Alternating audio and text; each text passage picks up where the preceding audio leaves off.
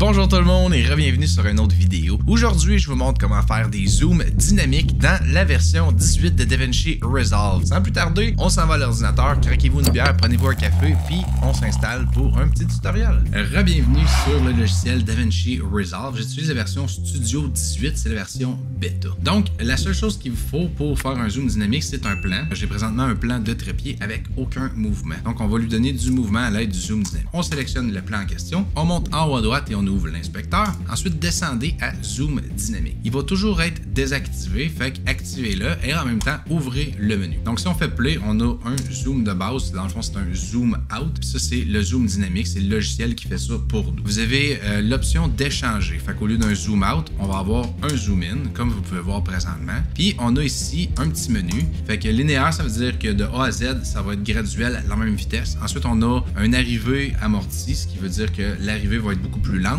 On a un départ amorti. Fait que le début va être beaucoup plus lent et le reste va être plus rapide. Puis, on a un amorti et dans le fond, arrivée et départ plus lent. Maintenant, comment on fait pour contrôler l'endroit qu'on zoome? On s'en va à gauche ici, on ouvre la petite flèche et on s'en va sous l'onglet Zoom dynamique. Un coup qu'on a ouvert le zoom dynamique, vous allez voir, on a un carré vert et un carré rouge qui vient d'apparaître dans notre écran. Le carré vert, c'est présentement où ce qu'on est. Dans le fond, c'est où ce que le zoom va partir. Donc, si on appuie sur échanger, vous allez voir que les carrés vont s'inverser. Donc, le carré vert, c'est où ce qu'on part. Le carré rouge, c'est où ce qu'on s'en va. Donc, prenez le carré rouge, par exemple. Mais moi, je vais le mettre sur ma tronche.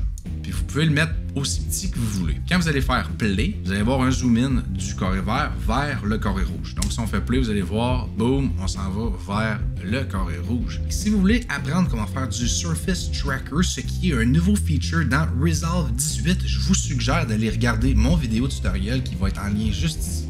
Yes sir!